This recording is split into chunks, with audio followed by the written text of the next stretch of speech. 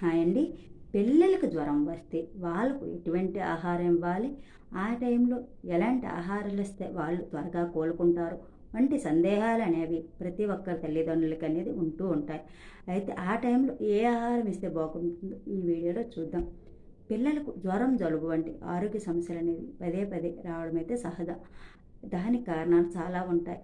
అందులోని కొన్ని వాతావరణంలో మార్పులు జరగవచ్చు. అలాగే వాళ్ళలో శరీరం అనేది బలహీనంగా మారి అవ్వచ్చు. అలాగే రోగనిరోధక శక్తి కారణంగా కూడా చాలామంది పిల్లలైతే ఇటువంటి ఆరోగ్య సమస్యలకు మాటిమాటికి గురవ్వడం అయితే జరుగుతూ ఉంటుంది. అయితే పిల్లలకు జ్వరం వచ్చినప్పుడు సూప్ ఇవ్వడం వల్ల చాలా మంచిది అని అంటున్నారు వైద్య నిపుణులు. సూప్‌లో అవసరమైన విటమిన్లు, అలాగే ఖనిజాలు అనేవి పుష్కలంగా అందులో లభిస్తాయి కాబట్టి అవి తాగించడానికి ప్రయత్నం చేయమని అంటున్నారు. అలాగే గోరువెచ్చని నీరు, కొబ్బరి నీళ్ళు ఇవ్వడం వల్ల కూడా పిల్లల శరీరంలో అయితే నిర్జలీకరణం అనేది తొలగిపోయి వేగంగా సెట్ అవ్వడానికి ఉపయోగపడుతుందని చెప్తున్నారు. అలాగే పెరుగు కూడా ఇవ్వవచ్చు అంటున్నారు. అయితే మన ఇంట్లో తయారు చేసి పెరిగిస్తే ఇంకా చాలా మంచిదని నా అభిప్రాయం. అయితే జ్వరం సమయంలో శరీరానికి ఎక్కువ విటమిన్స్, శక్తి అనేది చాలా అవసరం ఉంటుంది. కాబట్టి పిల్లలకు సీజనల్ పండ్లను ఇవ్వడానికైతే ప్రయత్నం చేయండి. అలాగే జ్వరంతో బాధపడుతున్న పిల్లలకు పుచ్చకాయ ఇవ్వడం వల్ల వారి శరీరంలో నీటి శాతం పెరిగి జ్వరం నుంచి అయితే త్వరగా కోలుకోవడానికి ఉపయోగపడుతుంది.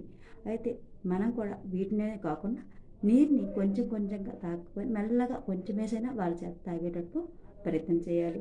అయితే ఈ సమయంలో పిల్లలకు కారంగా ఉన్నవి కానీ, నూనెతో కూడిన పదార్థాలు కానీ, బాగా ఫ్రై చేసిన పదార్థాలు కానీ, అలాగే చాక్లెట్లు, కుకీసు లాంటి తీపి పదార్థాలు కానీ, పిజ్జాసు, బయట ఫుడ్లు మ్యాక్సిమం ఆ టైంలో ఇవ్వకుండా ఉంటే చాలా మంచిది.